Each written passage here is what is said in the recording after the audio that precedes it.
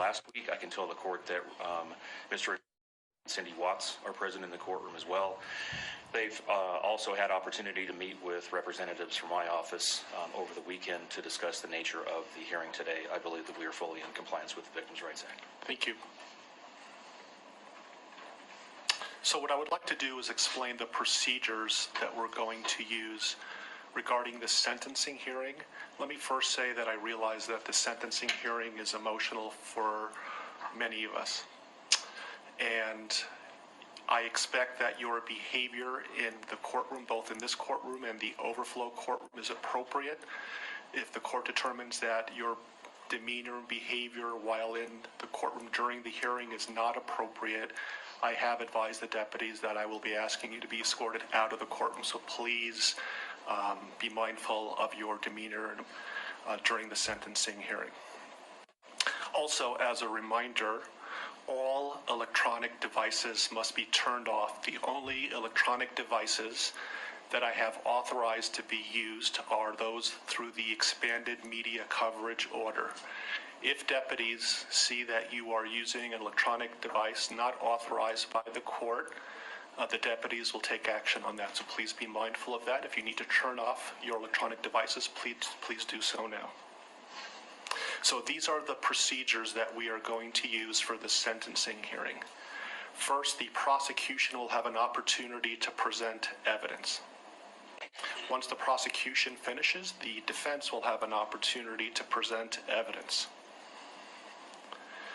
Then, if there are any victims under the Victims' Rights Act, including Cindy and Ronnie Watts, that have not been called by the prosecution or the defense, or any other defined victims under the Victims' Rights Act, they will have an opportunity to make a statement to the court as it relates to their rights under the Victims' Rights Act. Thereafter, the prosecution will have an opportunity to argue. The defense will have an opportunity to make an argument. If Mr. Watts chooses to, he will have an opportunity to make a statement, and then the court will impose a sentence in this case. Does everybody understand? Okay.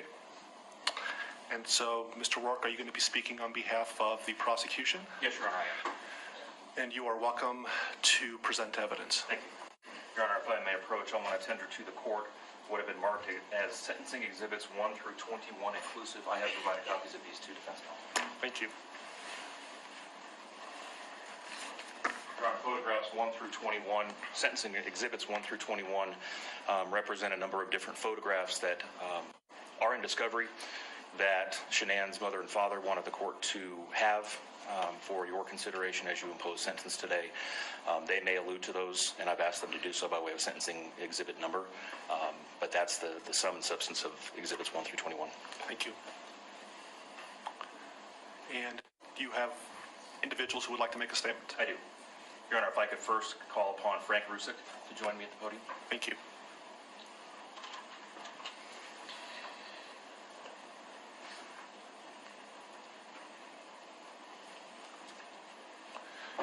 Good morning, Mr. Rusick. Good morning.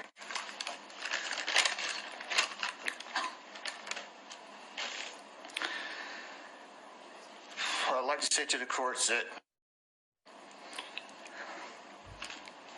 Shanann, Bella, and Nico are loving, caring people. They love life. They love being around people who love them. They always had good times.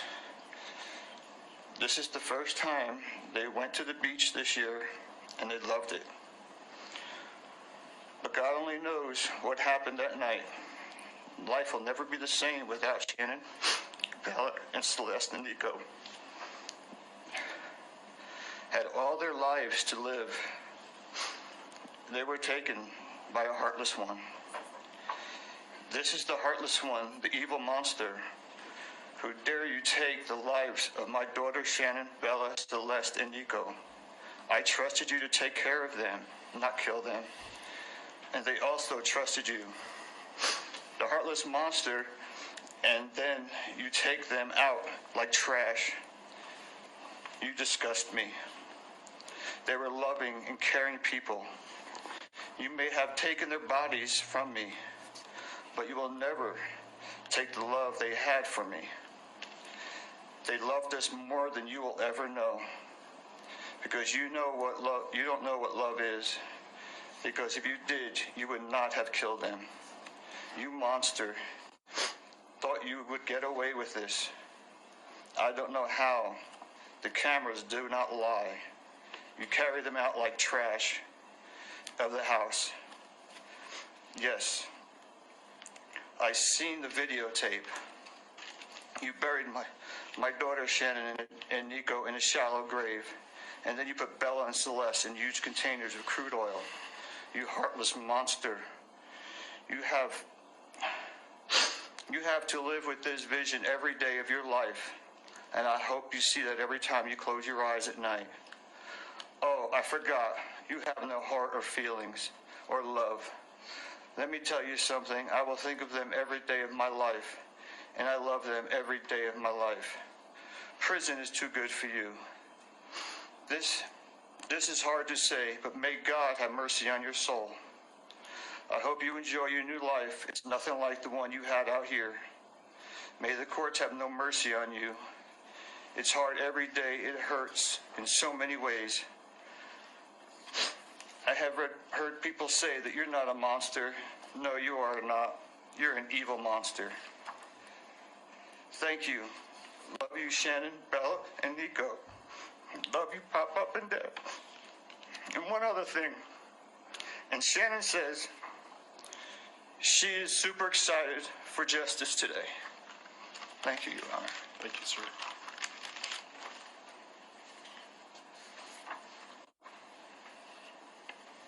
I may have just one moment. Sure.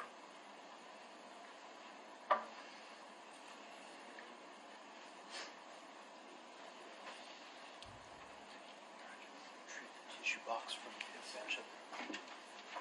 Your Honor, Frankie Brusick Jr., he has asked me to read his statement for him, but he would like to stand with me if that's okay. Of course.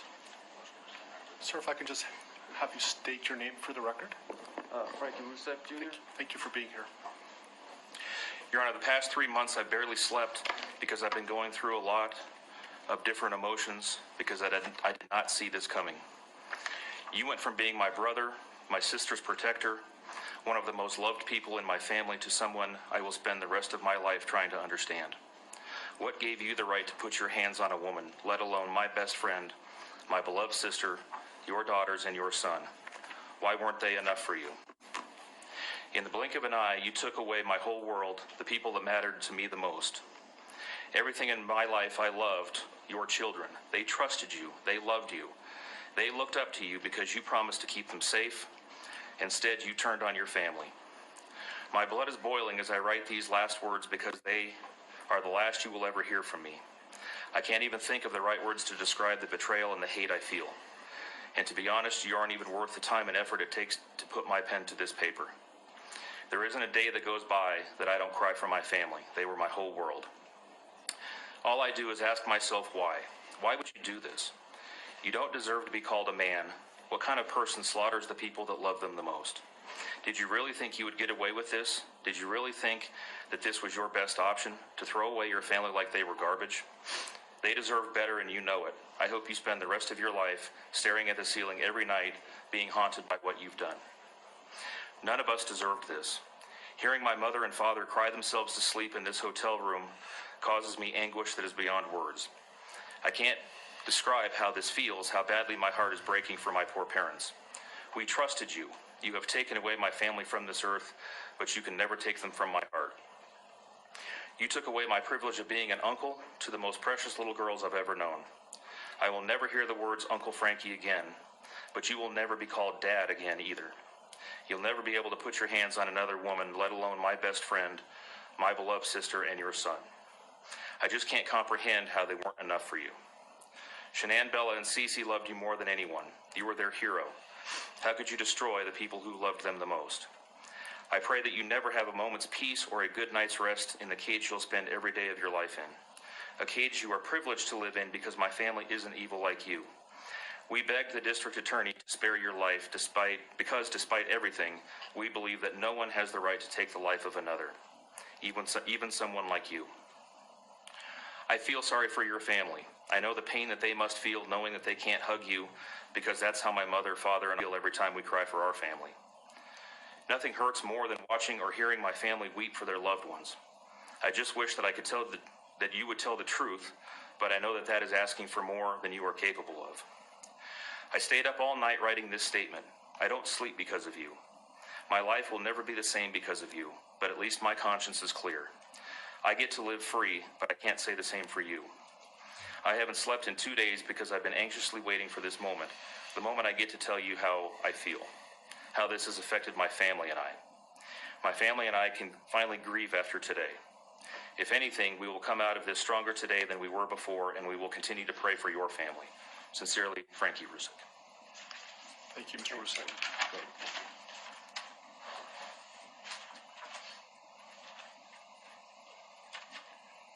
Your Honor, Sandy Rusick would like to address the court, of course.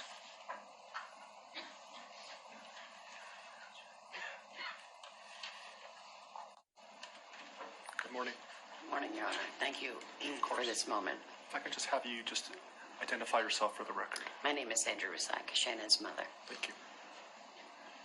I wanted to say thank you for this moment. I want to take a moment to thank everyone who has prayed for our beloved family, who had sent gifts, cards to us from all over the world. I know God will put the evil people where they need to be. I also want to take the time to thank the town of Frederick, Greeley, FBI, the DA's office, the CBI, for exceptional work. We thank Nicole Atkinson, Shannon's neighbor, Nathan, and his family. To me, they're our heroes. They really are. God bless. God makes no mistakes on who he puts in your life. Marriage is about love, trust, and friendship and unity. We marry for sickness and health, to death do us part. Our daughter Shannon loved you with all of her heart. Your children loved you to the moon and back. Shannon's family was her world. Shannon put a crown on your head. But unfortunately, the day that you took their life, God removed that crown. We loved you like a son. We trusted you. Your faithful wife trusted you. Your children adored you, and they also trusted you. Your daughter Bella Marie sang a song proudly. I don't know if you got to see it, but it was Daddy, You're My Hero. I have no idea who gave you the right to take their lives.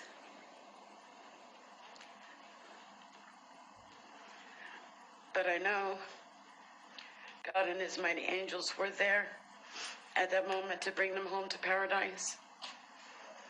God gives us free will. So not only did you take the family of four, your family of four, you took your own life. I want the world to know that our daughter and her children were so loved by us. There will always be protected by God and his mighty angels. I didn't want death for you because that's not my right. Your life is between you and God now, and I pray that he has mercy for you. From Shannon's mother, Bella Marie, Celeste Catherine, and Nico Lee's Nana. Thank you, Your Honor. Thank you.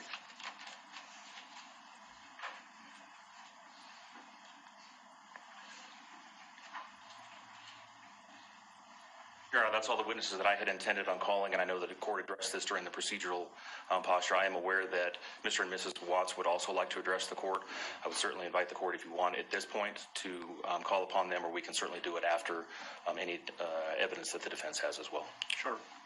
Does Cindy or Ronnie Watts wish to make a statement under the Victims' Rights Amendment?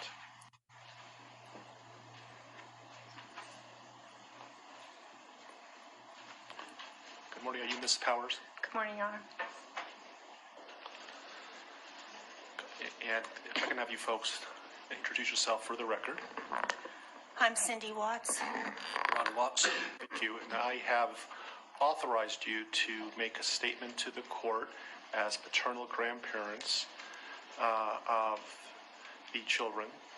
And if you choose not to make a statement, but your designee, Ms. Powers, chooses to, she can do so as well. How would you like to proceed today? Who's going to be speaking today? Your Honor, initially, they've asked me and they're hoping that they have the strength to speak, but if they do not, they've written out their statements and asked me to finish for them. So That would be fine. Who would like to go first? if I could start, Your Honor. On behalf of the Watts, Your Honor, and to the community, we thank you for the opportunity and the recognition under the Victim Bill of Rights. We come today as the grandparents and the parent of the daughter and children whose life was taken in this case. We are not here to ask for leniency. We are not in any way condoning or tolerating the crime that has occurred and the pain that has been caused. We join in our daughter-in-law and grandchildren's family in saying this should never have happened. This is not condonable. This is something that we will never get over. We appreciate the consideration that everyone has paid, most especially the families that have lost everyone. We appreciate that they begged for Christopher's life.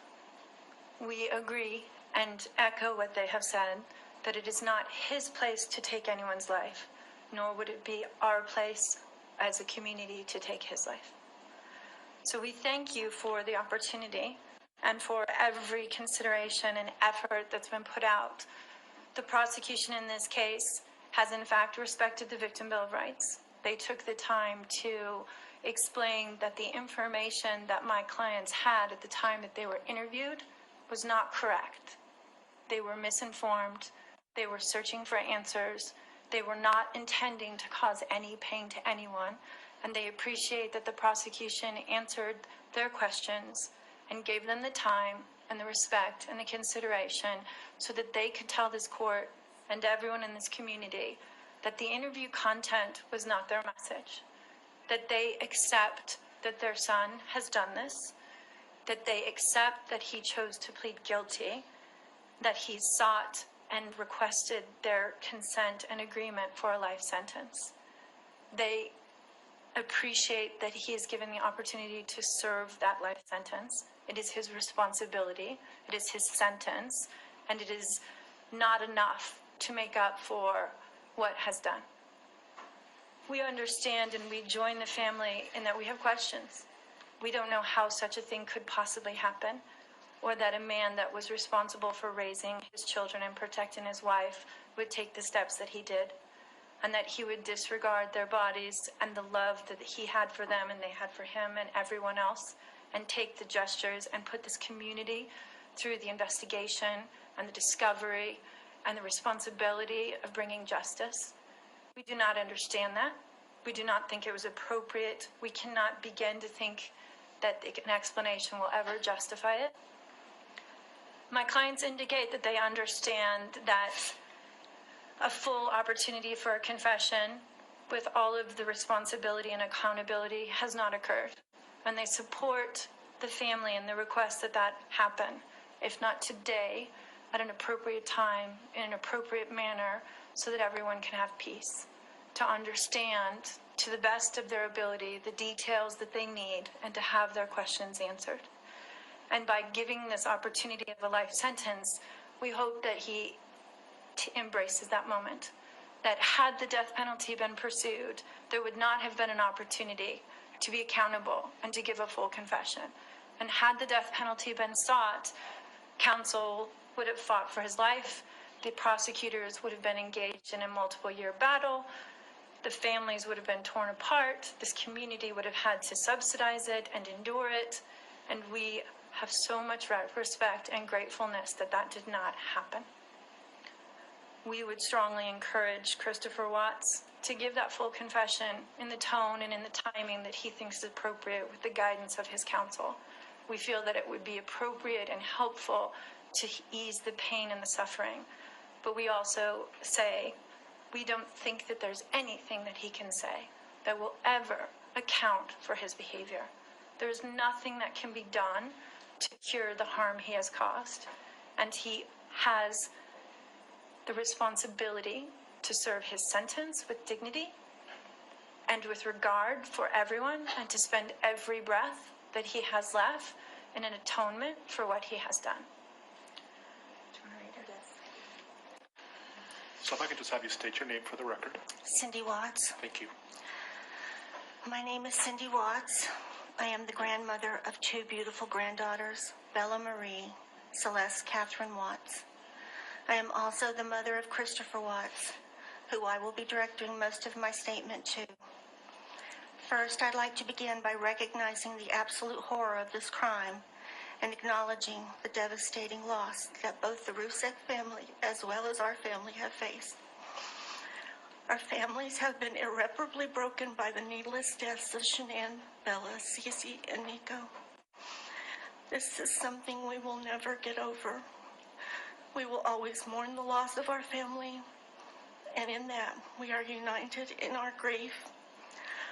I am still struggling to understand how and why this tragedy occurred.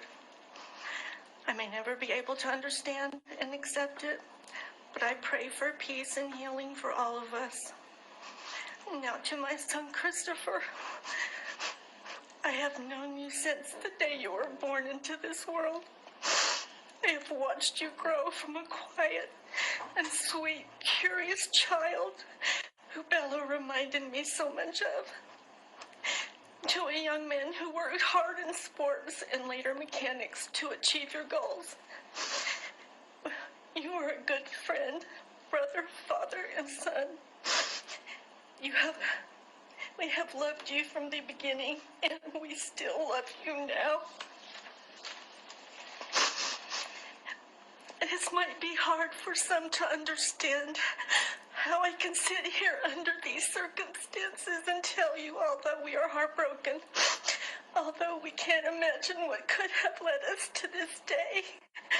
But we love you. Maybe you can't believe it either. As the Lord said in Jeremiah 3:31, I have loved you with an everlasting love. Therefore, I have continued my faithfulness to you. And you, as your mother, Chris, I have always loved you, and I still do. I hate what has happened. Your father and sister and I are struggling to understand why. But we will remain faithful as your family, just as God remains faithful because of his unconditional love for us all. We love you, and we forgive you, son.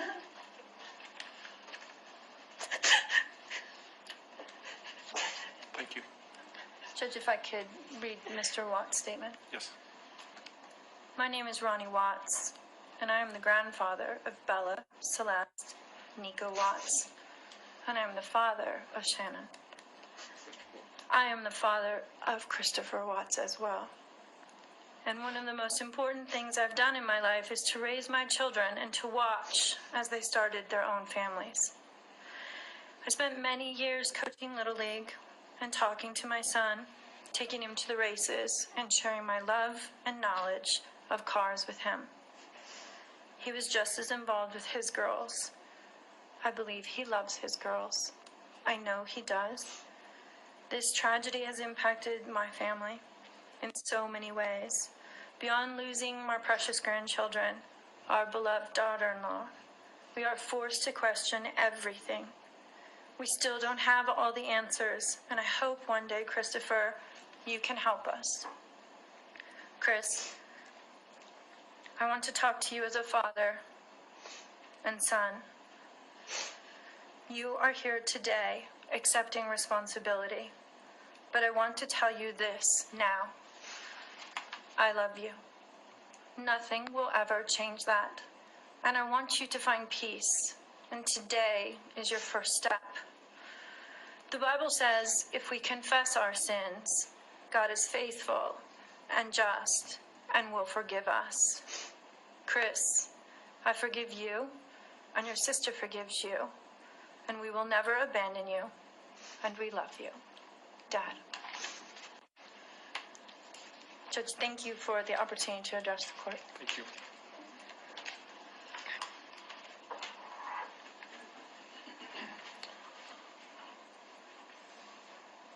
Are there any other statutory victims under the Victims' Rights Act that would like to make a statement today? Your Honor, I am not aware of any. For the record, nobody is raising their hand. Mr. Walsh, would you like to present any evidence? We have no evidence, Your Honor. Thank you. Mr. Walker, is there any statements you would like to make on behalf of the prosecution? Yes, please.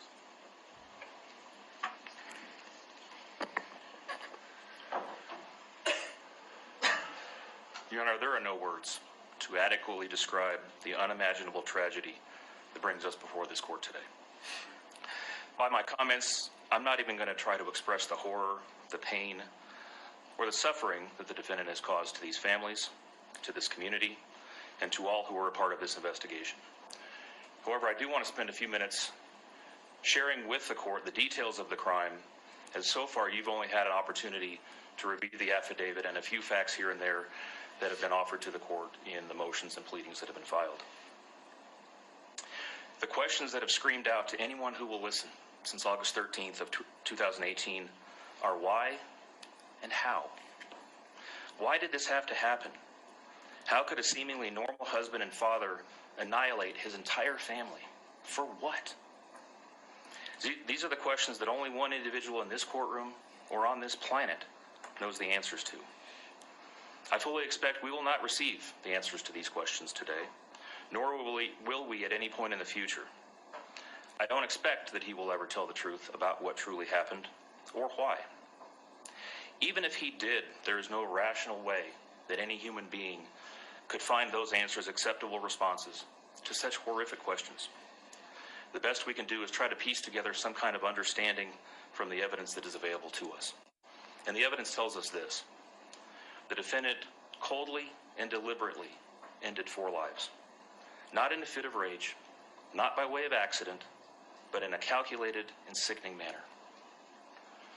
Shanann was 34 years old. She had married the defendant in November of 2012. Over the weekend leading up to August 13th, she had been at a work conference in Phoenix, Arizona, and returned home in the early morning hours of August 13th. We know that she got home about 1:45 in the morning. The doorbell camera on their home shows her arriving back home from the airport. Shortly thereafter, at least according to the defendant, they had what he referred to as an emotional conversation about the state of their marriage and about what their lives would look like going forward. What was said during that emotional conversation, only he knows. What we do know is that shortly after that, the defendant strangled her to death with his own hands. We know that he slowly took her life the morning of August 13th. We know that this was not done in an uncontrolled, vengeful manner that he tried to describe to agents from CBI and the FBI.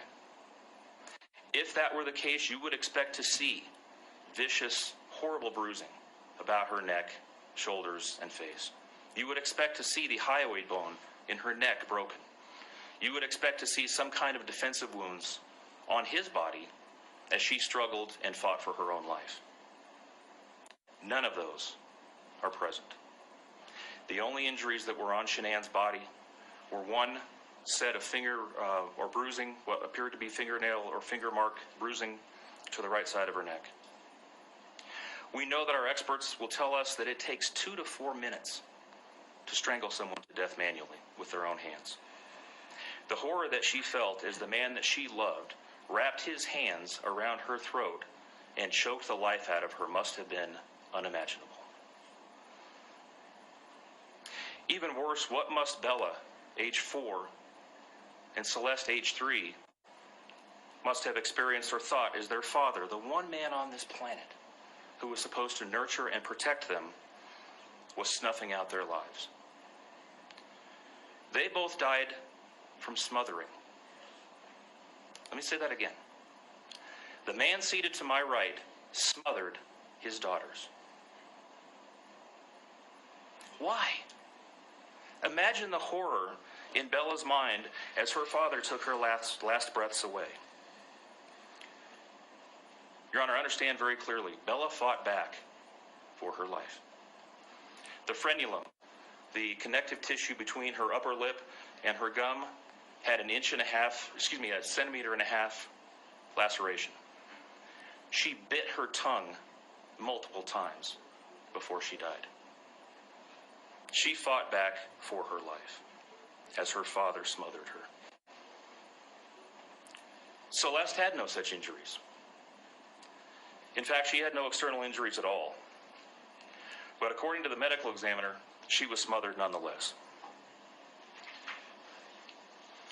The defendant then methodically and calmly loaded their bodies into his work truck, not in a hasty or disorganized way.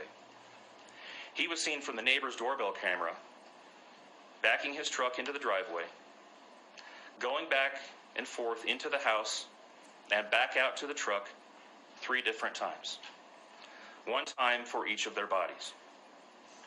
He then drove them away from their family home 1 final time, intent on hiding any evidence of the crimes that he had just committed. In 1 final sign of callousness for his wife, his daughters, and their unborn son, and their remains, he drove them to a location that he thought no one would ever find them, to one of the oil tank batteries with which he was so familiar. He knew this was safe. He had texted a coworker the night before saying, "I'll head out to that site. I'll take care of it." He had carefully ensured that he would be alone in the middle of the plains to secrete away the remains of his family in a place that he hoped they would never be found. In 1 final measure of disrespect for the family he once had, he ensured that they would not be together, even in death, or so he thought. He disposed of them in different locations. He buried Shanann and Nico in a shallow grave away from the oil tanks. Bella and Celeste were thrown away in the oil tanks at this facility. Different tanks, so these little girls wouldn't be together in death. Imagine this, Your Honor. This defendant took those little girls and put them through a hatch at the top of an oil tank, 8 inches in diameter. Bella had scratches on her left buttocks from being shoved through this hole. A tuft of blonde hair was found on the edge of one of these hatches. The defendant told investigators that Bella's tank seemed emptier than CC's because of the sound that the splashes made. These were his daughters. Significantly, when his coworkers arrived at the tank battery later that morning, to a person, they all described him as acting completely normally. It was a normal workday, even while his daughters sank in the oil and water not far away from him. And then his efforts at deception truly began. We've all seen the emotionless interviews that the defendant gives to the local media, asking for help in locating his family. We watched as he claimed that the house was empty without them, and that he hoped that they were somewhere safe, and that he just wanted them to come home. He told investigators that they were at home sleeping when he left for work that morning, and that Shanann had told him that she was taking the girls to a friend's house for the day. What is striking about this case, Your Honor, beyond the horrors that I've already described to you, is the number of collateral victims that he created by his actions. While he stood in front of TV cameras asking for the safe return of his family, scores of law enforcement officers, neighbors, friends, and family scoured the area, fretted for their safe return. They texted him begging for any information and sending him their best wishes, all the while he hid what he had done. The list of victims does not end there. Think of the firefighters and the Colorado State Patrol hazmat experts who had to don protective suits and who were called upon to pull Bella and Celeste out of those oil tanks. Or the coroner employees who had to conduct these autopsies. Or the victim assistants who frantically attempted to ease the suffering of those affected. All of this, Your Honor, for what? Why? Why did this have to happen? His motive was simple, Your Honor. He had a desire for a fresh start, to begin a relationship with a new love that overpowered all decency and feelings for his wife, his daughters, and unborn son. While Shanann texted the defendant over and over again, in the days and weeks leading up to her death, attempting to save her marriage. The defendant secreted pictures of his girlfriend into his phone and searched and texted her at all hours of the night. While Shanann sent the defendant self-help and relationship counseling books, one of which, ironically enough, was thrown in the garbage, he was searching the internet for secluded vacation spots to take his new love in researching jewelry. And while Shanann took the girls to visit family in North Carolina, the defendant went to car museums and the sand dunes with his new girlfriend. The stark contrast between the subjects of their internet and text content is absolutely stunning. Even the morning after he killed them and disposed of their bodies, he made several phone calls. One was to the school where the girls were supposed to start, telling the school that the girls would not be coming to school anymore, that they were being unenrolled, presumably to give him some more time before law enforcement notification about them going missing. He contacted a realtor to start discussing the selling of his house, and he texted with his girlfriend about their future. None of this answers the questions of why, however. If he was this happy and wanted a new start, get a divorce. You don't annihilate your family and throw them away like garbage. Why did Nico, Celeste, Bella, and Shanann have to lose their lives in order for him to get what he wanted? Your Honor, justice demands the maximum sentence under the agreement reached by the parties. As you will recall, the agreement calls for life sentences as to Shanann, Bella, and Celeste, and all of those to run consecutively to one another.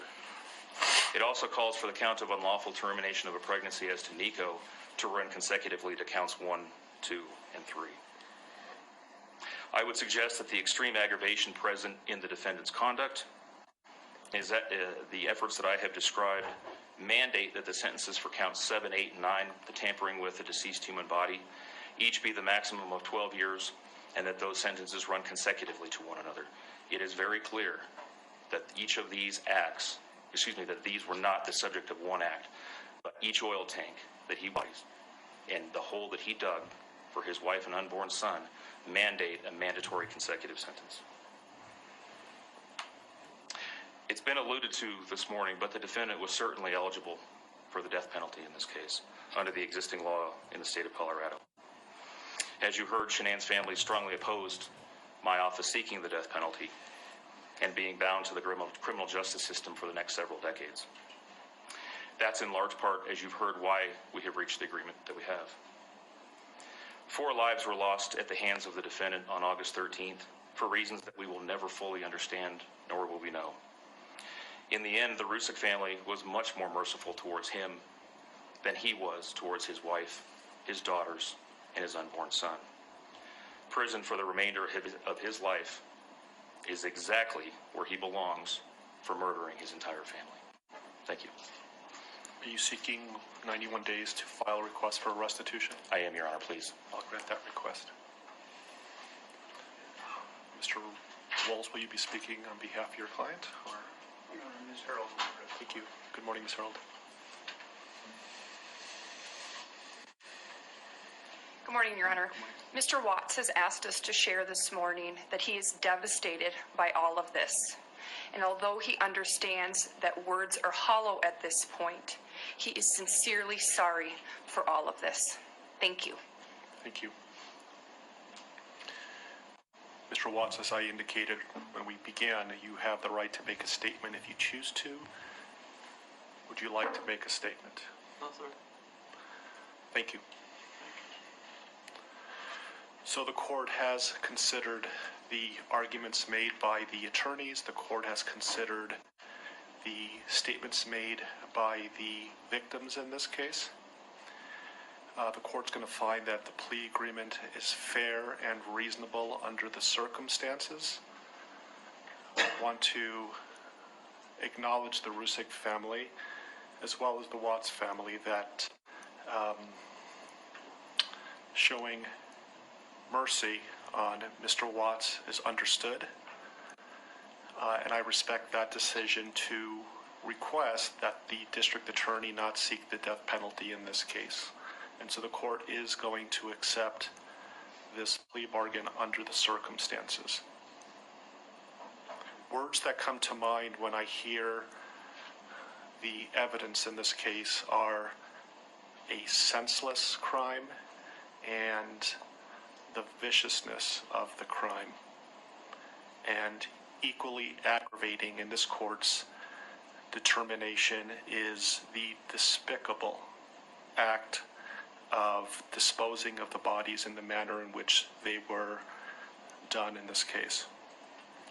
I've been a judicial officer now for starting my 17th year, and I could objectively, perhaps the most inhumane and vicious crime that I have handled out of the thousands of cases that I have seen. And nothing less than a maximum sentence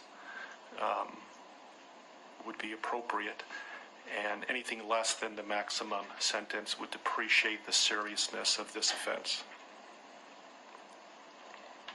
So the court is going to sentence Mr. Watts as follows. With regard to count number 1, murder in the first degree as it relates to Shanann Watts, the court is going to sentence you, sir, to a life sentence in the Colorado Department of Corrections, followed, with no possibility of parole. And that is going to run consecutively to all but counts 3 and 4. With regard to count 2, as it relates to murder in the first degree with Bella, the court is going to sentence you to life in the Colorado Department of Corrections with no possibility of parole. With regard to count number 3, the court is going to sentence you as it relates to Celeste to life in the Colorado Department of Corrections with no possibility of parole. With regard to counts 4 and 5 relating to Bella and Celeste as a different theory of first-degree murder, the court is going to sentence you to life in the Colorado Department of Corrections, and legally those sentences must run concurrently as a different theory of first-degree murder. Recognizing the unlawful termination of pregnancy for the unborn child that has been named Nico, the court absolutely believes that the maximum sentence of 48 years would be appropriate to run consecutive to the other charges, with an additional mandatory parole period of 3 years as set forth by statute. With regard to count number 7, as it relates to tampering with a deceased body, as well as counts 8 and 9, each a class 3 felony, the court is going to impose a maximum sentence of 12 years each for those counts to run consecutively to the other counts. The court is going to order that the statutory fees be paid and court costs. The court's going to grant the prosecution 91 days to file a notice of restitution, and that will be the sentence of the court. We will shortly be in recess. I would respectfully ask the parties that you remain in your seat. There is a plan by the deputies on allowing people to exit the courtroom, so please remain seated until you are authorized to leave the courtroom based on the direction of the deputies. Deputies, I would respectfully ask that you take this defendant into custody and have him serve the rest of his life in the Department of Corrections. We are in recess.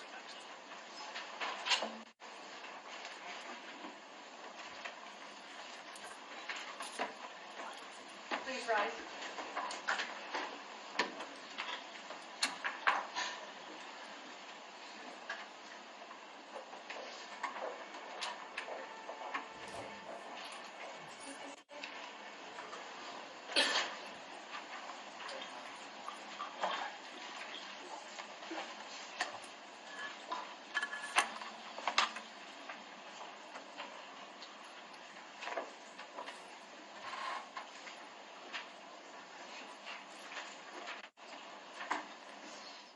right, you've just been watching the sentencing hearing there for Christopher Watts. Christopher Watts has been sentenced in the killings of his young daughters, his pregnant wife, 9 counts by my count.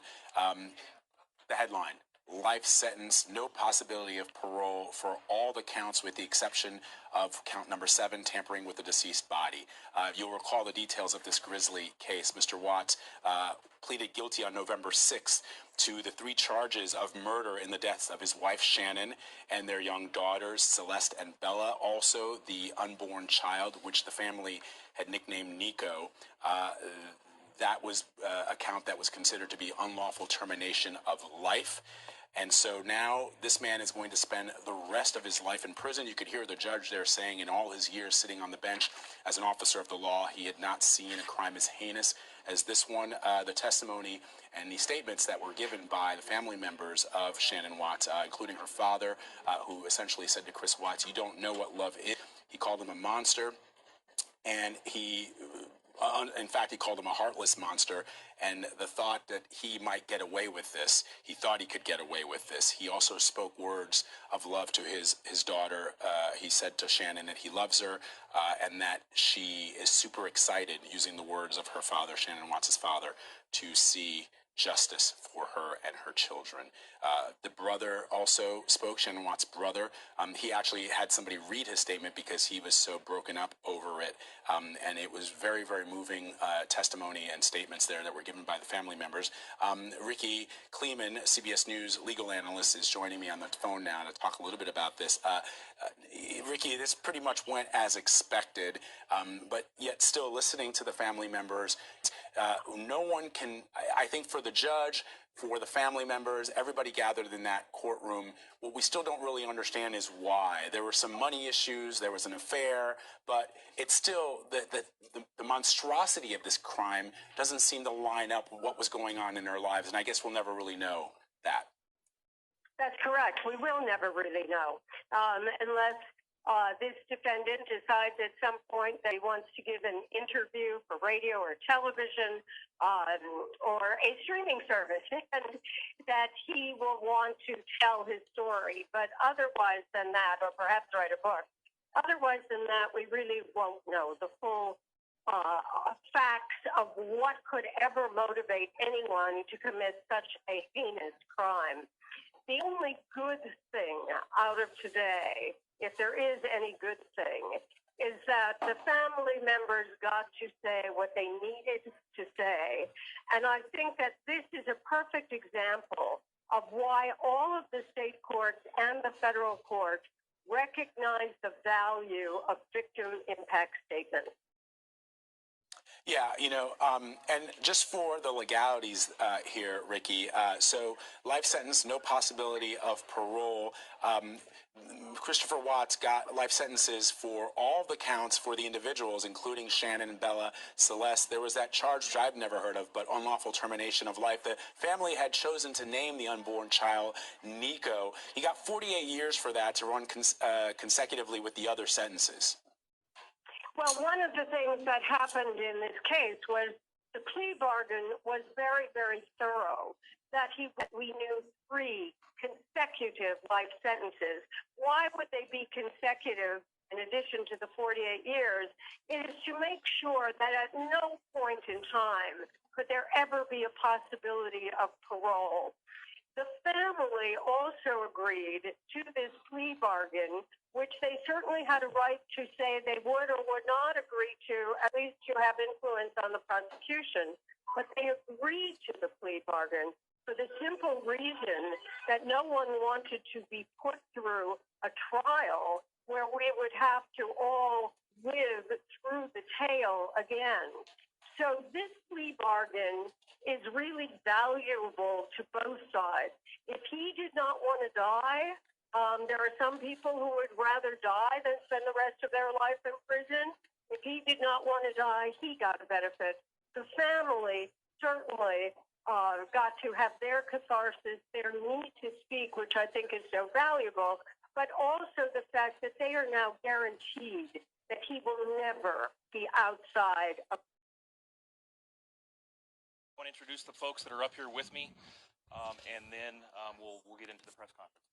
To my right is Weld County Coroner Carl Blesch. To my immediate right, Detective Dave Baumover from the Frederick Police Department, Chief Deputy District Attorney Steve Wren, Deputy District Attorney Pat Roach, and from the Frederick Police Department, Sergeant Ian Albert. The PIO from the Frederick Police Department, I first want to invite him up to say a few words, and then I'll comment about this morning. Sergeant Albert. Good afternoon, and thank you. I'm all here to issue this statement, and upon doing so, my agency will not be conducting any interviews or answering any questions on the matter. On behalf of the men and women of the Frederick Police Department, I would like to thank our fellow law enforcement agencies, the countless citizens, and all those who contributed to this tireless investigation. It was a combined effort in serving justice today. In the names of Shanann, Bella, Celeste, and Nico, today I am proud of the determination that was put forth by all those who worked with us on putting this man away.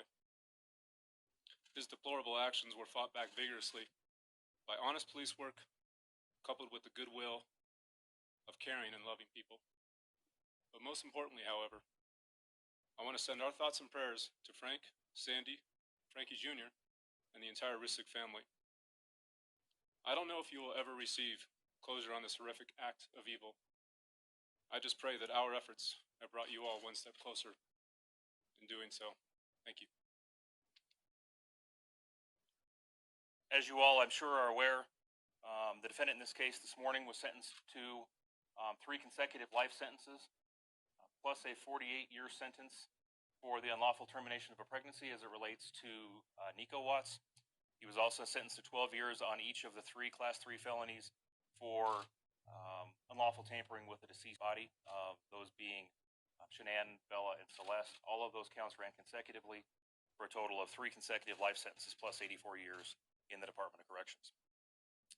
This afternoon, with the cooperation of the Weld County Coroner, the autopsy reports available and become a public document. There are a few things that I want to talk about that you will see that are contained within those autopsy reports. I'm going to be very general at this point. I hope you understand, out of respect for the Rusick family who is still present. Part of the reason that we kept these sealed were for the following reason. You will see in the autopsy report of Shanann Watts that forensic toxicology testing indicated that in spleen blood, there was a blood alcohol level of 0.128. I want to be abundantly and very, very clear about this. This does not mean that she consumed alcohol, nor that she was intoxicated. We have consulted with the Weld County Coroner's Office. We have conducted with the forensic experts at the Colorado Bureau of Investigation. To a person, they have all indicated to us that that blood alcohol level is very, very consistent with normal human decomposition based upon the location and the manner that Shanann and Nico's bodies were buried. Secondly, you will see in the autopsy reports of Bella and Celeste a number of different substances. I think is probably the way, Mr. Blesch, that I want to address those. We have had those examined by both expert chemists as well as the coroner's office because we wanted to make sure that all of those substances could be attributed to the crude oil and the water that their bodies were found in and nothing more. The forensic experts confirmed for us that all of the substances found in those toxicology reports are consistent with being submerged in unrefined crude oil. Mr. Blesch, any other comments you want to make about that at this point? Thank you. Other than that, I'm happy to take questions. Obviously, from our perspective, justice was more than served this morning. The defendant is now headed exactly where he belongs, which is a life sentence in prison without the possibility of parole. So I'm happy to take questions. I'll certainly call upon Mr. Blesch. Also, what I can tell you is that because of a whole host of reasons, not the least of which is we're not operating in the CSI TV world, oftentimes we can't determine exactly when or a time frame for cause or time of death. Particularly, I think that was complicated by where all of the different bodies were found and the amount of time that passed before their remains were recovered. I agree. Well, we know that they were deposited in the locations where they were found in the early morning hours of August 13th. They were recovered on August 16th. That's the best I can tell you from a timing. The girlfriend you referenced, can you give us a better idea of her role in the investigation?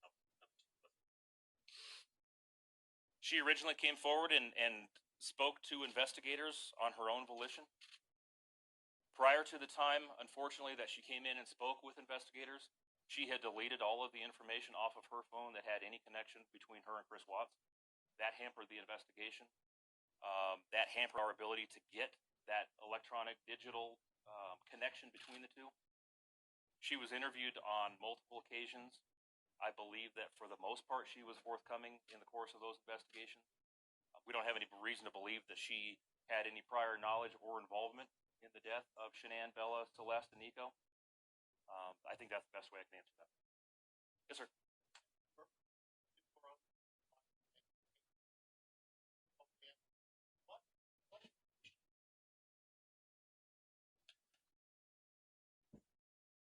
How and why? And I don't think he'll ever answer those questions. Like I said in the courtroom this morning, and I think that the Rusick family said it very, very well as well, I don't think he will ever tell us.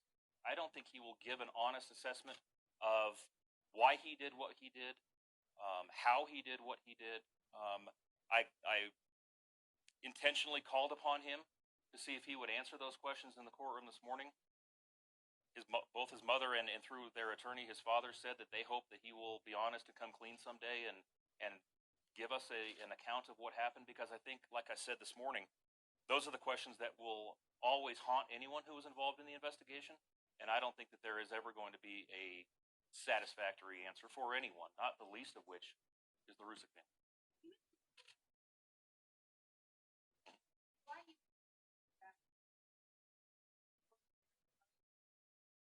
I don't have any information about any pre-planning or anything like that. Obviously, something like this in my mind doesn't just happen on the spur of the moment.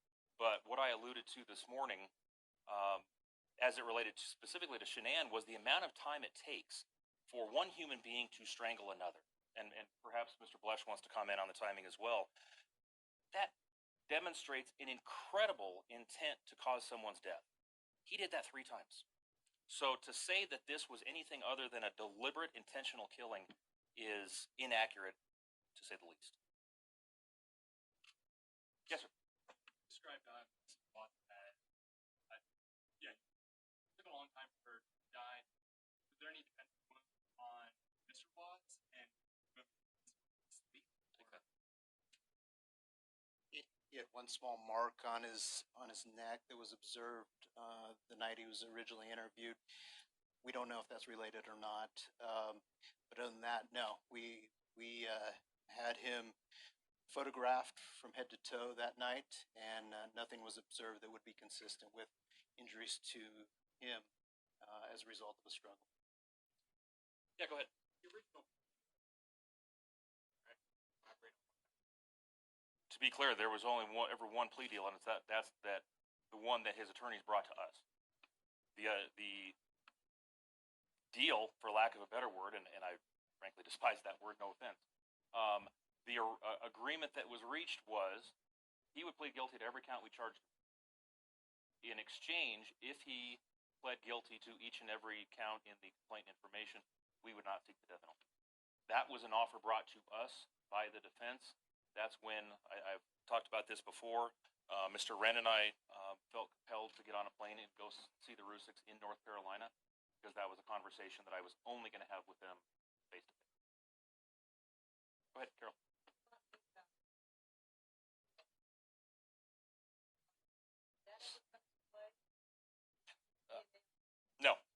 No, it did. Yeah.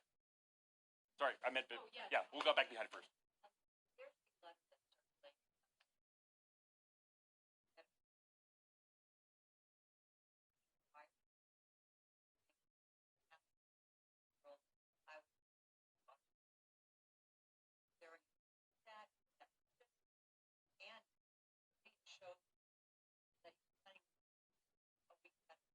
You're seeing a lot of puzzled looks up here because none of us have ever heard that.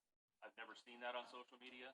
I confirmed just by the look on his face with Detective Baumhover, we have never seen and nor heard of any such letter or its existence.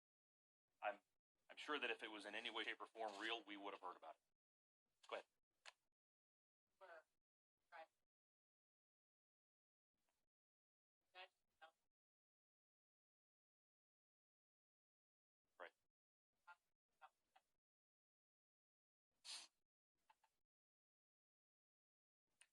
It's not something that I relished.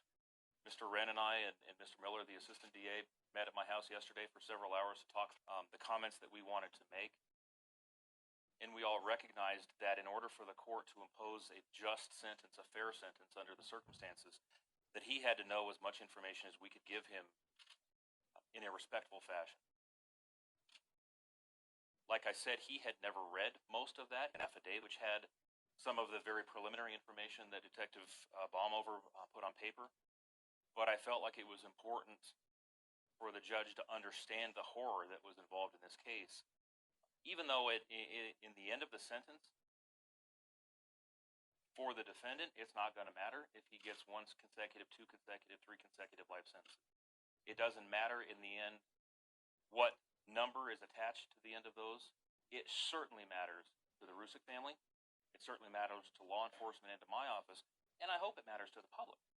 When we're saying, you know what, there is a sentence that was imposed today that is reflective of the actions he took as to each and every one of his victims.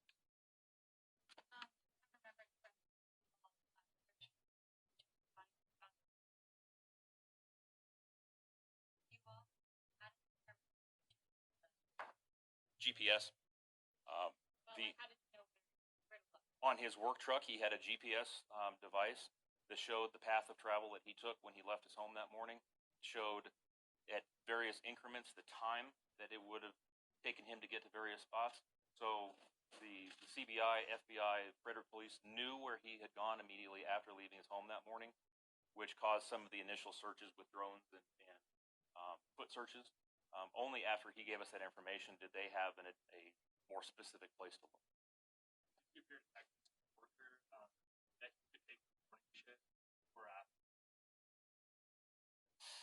There were text messages on Sunday afternoon, a text message, I should say, between he and a coworker talking about the work schedule.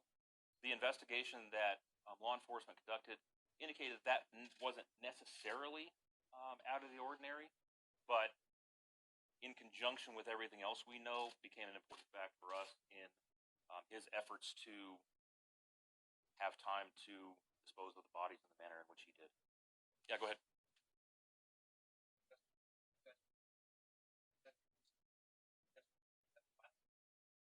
No. No, none of the above. Yeah, Kevin.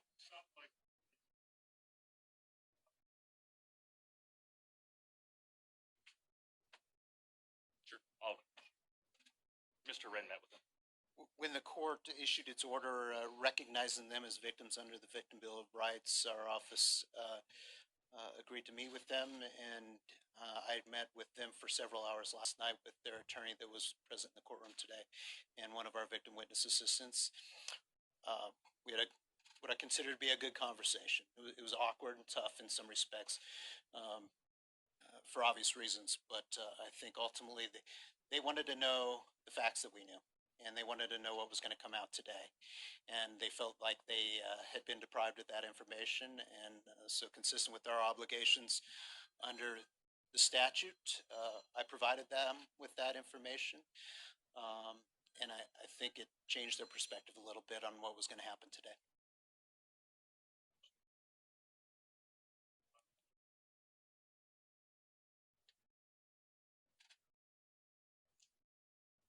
I do. I think in the middle of that conversation that they came to a realization about the extent of the evidence that we had and why we were making the decisions we made, why we charged them with the things that we charged him with, why we were so convinced that he committed these crimes and that it didn't happen the way that Chris Watts had initially told the police. And so I can't speak for them per se, but my impression from our conversation was that and I think it's consistent with what they said in court today, is that they're in a place emotionally as to what they feel their son did, and they're trying to get their head around that, which has been difficult and understandably so. Yes, please.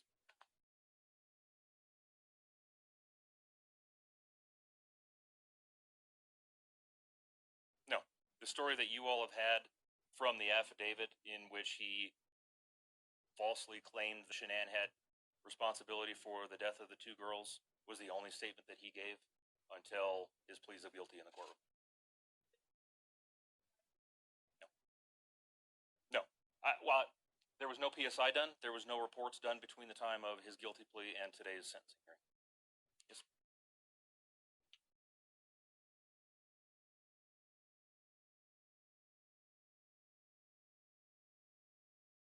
Exactly the same. Absolutely horrifying. All of us standing up here, I think, have dealt with a number of serious crimes, but when you take a look at this one and you take a look at the death of those children, and like I said this morning, the death of Shanann, none of these had to happen. And the manner in which they were disposed of showed a complete and utter disregard for any kind of human decency at all. Yes, sir.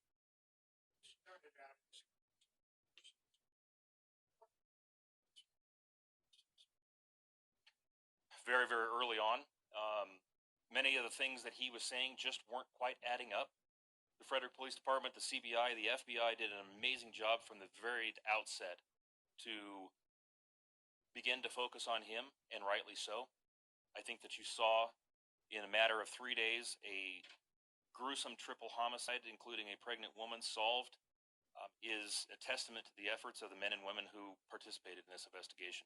I think it was very clear from the outset that he was responsible for this and frankly was pulling the wool over the eyes of the media, to the extent that anybody in the media believed him, let's put it that way. Yeah. Well, everything from the fact that she was, they were still in bed sleeping when he left the home in the early morning hours to go to work, yet her vehicle was still there, her car keys were still there, her wallet, her purse, her cell phone, which she never went anywhere without, were all still inside the home. The home, when law enforcement was locked up tight from the inside, the only way that the law enforcement could get in was getting Mr. Watts there with a garage door opener to let law enforcement in. There was no way anyone was going to get into that house as a stranger, do something to that family, and get back out and leave the house locked up. It was probably the most compelling thing that struck law enforcement almost immediately. Yeah, go ahead, Steve. We also made some phone calls early the morning of the 13th, first to the children's school and then to a realtor, which were very odd and inconsistent with the rest of his conduct that day and what he was telling the media and police.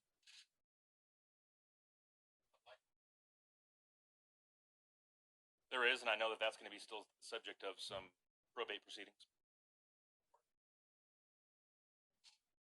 You know, off the top of my head, I can't remember. I apologize. I don't remember the answer to that question. Okay.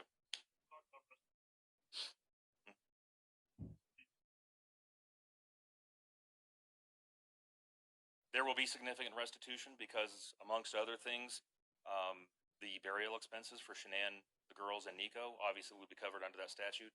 We recognize that when someone goes to prison for the rest of their life, their earning potential drops off dramatically, but a portion of any earnings that he has in the Department of Corrections will be used to help pay back that restitution to the Victims' Compensation Fund.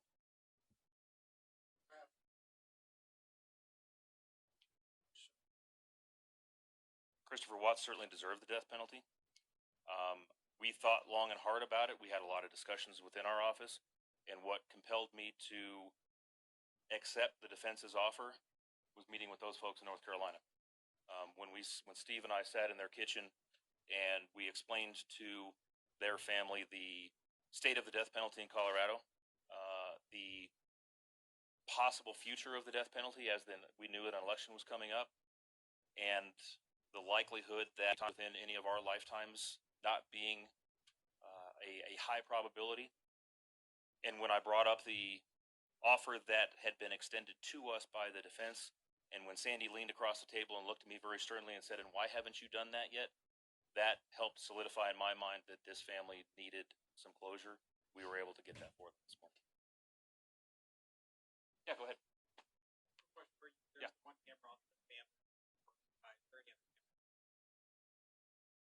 No, there was they had, Shanann had a doorbell camera on her doorbell. That's the one that showed her arriving back home from the airport in the early morning hours, but there were no other cameras inside the house.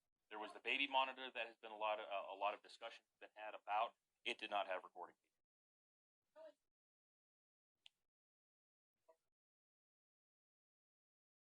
The one that's right behind you?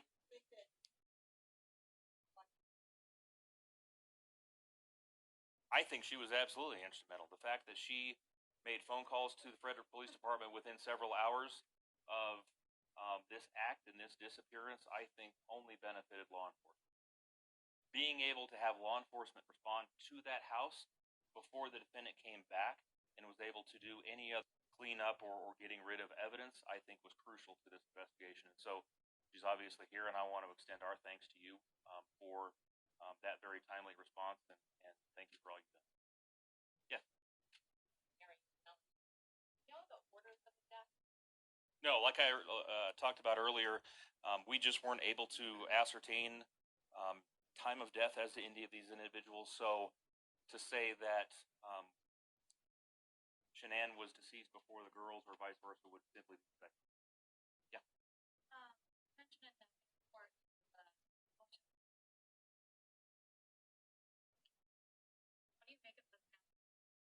Bald-faced lies. He stood up there and he left attention away from his own responsibility.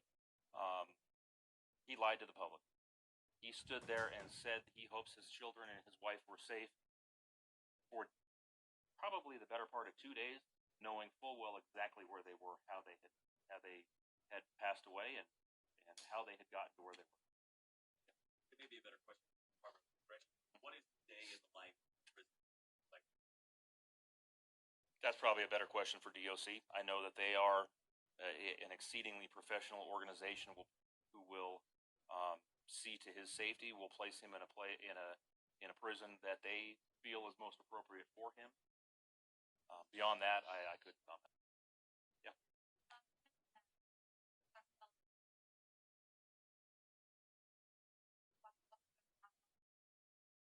We did not. When he was contacted by law enforcement, and Detective Baumover was in contact with him within a matter of an hour of the first phone call, there was absolutely no indication that he was under the influence of any drugs and or alcohol that would have justified the panic.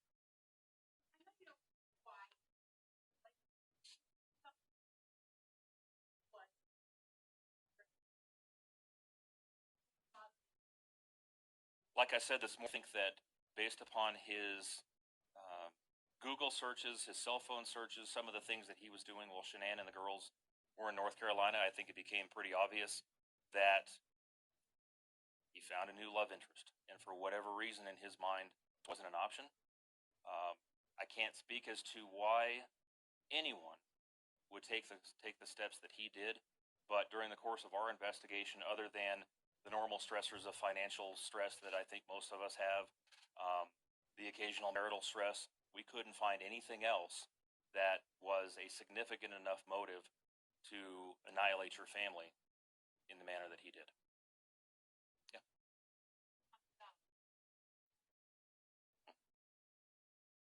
Mm-hmm.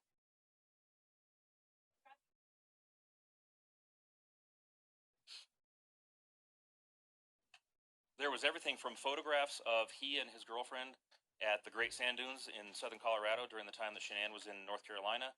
We knew that they had gone to other museums together. They had gone to bars and restaurants together. Like I said this morning, he had done searches dealing with secluded vacations in Aspen that he was planning on apparently taking her to. He was researching jewelry. He was doing all of that kind of research that you would think that somebody in a brand new relationship would be doing. But he was still married with 2 daughters and a son on the way. Yes, sir. Steve, I'll let you take this one. I'll let Steve take this one. It was not generally in disarray. There was no obvious signs of a struggle like we see in a lot of houses where something traumatic occurs. The bed did not have sheets on it. Those sheets had been taken off and placed, part of them had been placed in the trash can, and then apparently Shanann had been wrapped in one of those sheets, or that sheet had gone with her out to the oil tank and was found by the drone about the same time that he was being interviewed by the FBI and CBI. And that was a key piece of evidence in us connecting the to him, was the fact that the sheet from the bed was found out at the oil tank. And that was prior to him confessing that he had taken the bodies there. Did anybody discuss his reaction when confronted with that? Yeah, we were getting that information from the drone search at the same time that he's starting to give us some more information about the relationship with Shanann and the problems they had been having.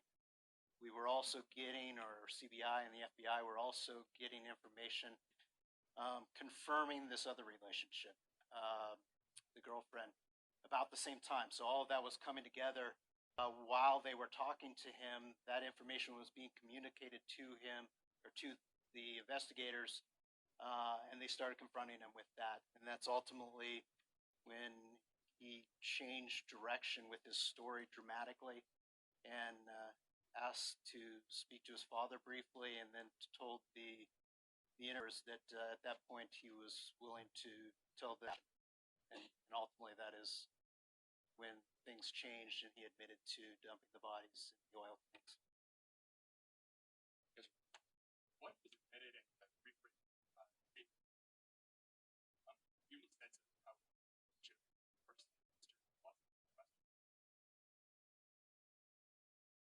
You and I must have seen something different, because I didn't see any remorse on his face at all in the court.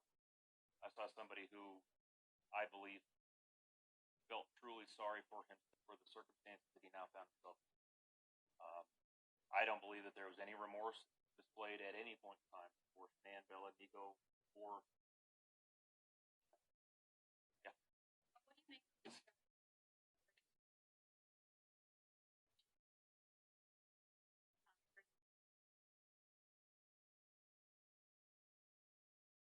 very large discrepancy. That is another lie.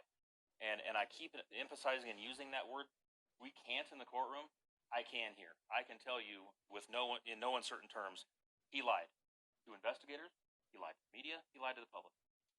The fantastic work that was done by medical examiner in this case, by the coroner's office, giving us the information in a very responsible, medically accurate way to be able to say, no, those girls were not strangled. And when he sat there and in that interview demonstrated what he saw her doing, and we know that that's not what happened, it turned into a very large discrepancy. You know what about? We knew that, she knew that there was a lot of suspicious behavior. We knew that she was getting alert on her phone of credit cards being used at a restaurant in North Denver at a time that she was in North Carolina for amounts of money that one person could probably consume reasonably. We know that she confronted him about that numerous times. We know that he was never completely forthcoming with her, except we don't know exactly what was shared between the two of them in those early morning hours after she got back. Yes, sir. I can't say that it didn't have anything to do with it. We knew that about Nico and the upcoming birth. We also know that the reaction of the defendant when he found out was something less than what you would expect a normal father to display when he finds out he's about to have a son. Yes. No. Beyond his hand, I don't know if there was anything in his hand. What I can tell you is that during the course of the autopsies, there was no fibers or anything like that found in their airways to indicate pillow or blanket or anything like that, so I don't.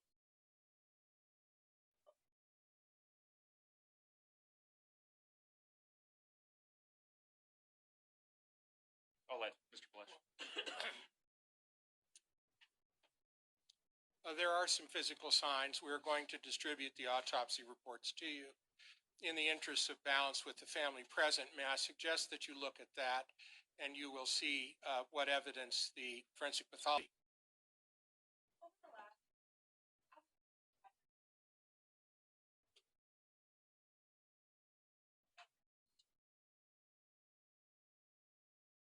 I don't know if I accurately can.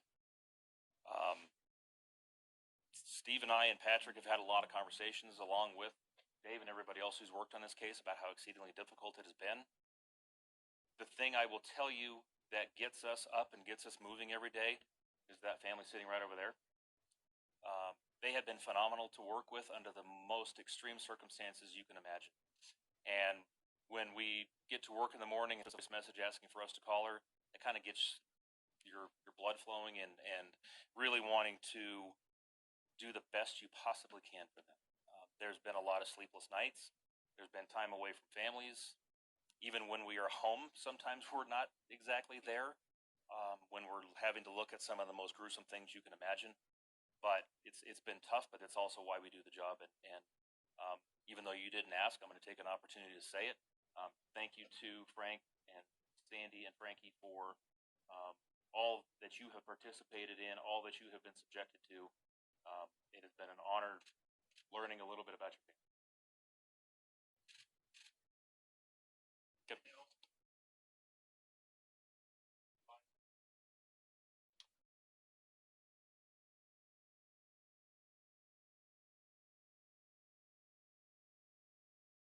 I think you hit the most important points in the autopsy as we saw them from a prosecution standpoint.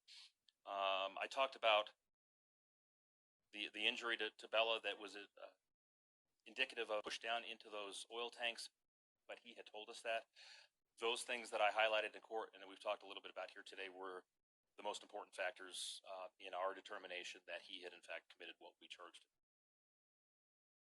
Yeah. No. We know that he will head to the Denver Regional Diagnostic Center, obviously in Denver. They will do some evaluations of him, but beyond that, it will be to DOC as to whether or not he will be housed at a facility here in Colorado or if he'll be moved out of state. That's completely their determination. Other question? Yes.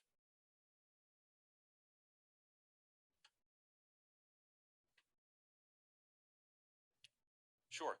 There is always the opportunity through the Victims Compensation Program for financial assistance with any counseling that are necessary. Most directly, though, if Sandy has any questions or concerns, you can always put the phone involved.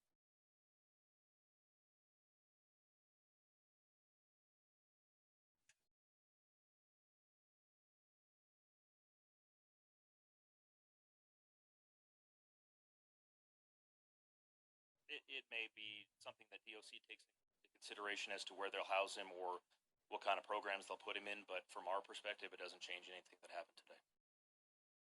Yes, sir.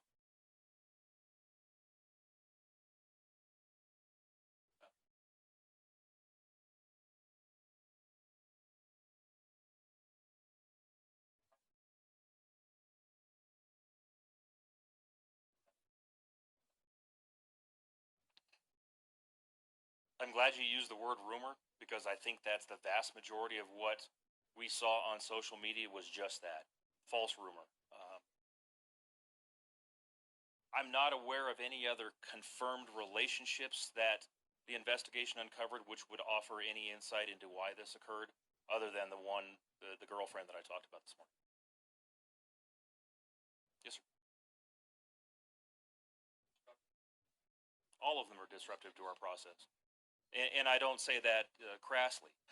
When we are out, when Dave and his team are out conducting interviews of witnesses and an individual's memory might be tainted by what they read on a social media site, that causes us to think, okay, how much is true of what somebody's saying? What did they see? What do they hear? Or what are they surmising or guessing of something that they read on social media? Yeah. Oh, yeah. I can generally tell you that the investigation included interviews of all of Shanann's close friends, relatives, co-workers of the defendant, relationships of the defendant, neighbors. Who am I missing? Generally, I think those are the categories. Yeah, family members of both Shanann and the defendant. A long, long list of interviews. I could ask Dave to go through and recite them all, but you might miss some. Any other questions? Yes. I have asked them on the way down. They did not want to make a statement today, and I hope you understand. The statements that they made in court, I think, were probably about as difficult as they could possibly imagine. So I appreciate you asking. They wanted to be. Yes. It will be an ongoing amount. Within 91 days, we will file a motion with the court asking for any cost that we can recover in restitution. As of that 91 days will be asked for and ordered, I presume. There will be ongoing costs. If there are any ongoing counseling or therapy, we will ask the court to keep the possibility of future restitution open as well. Yes. As soon as I stop answering questions. Any other questions? Thank you for your time.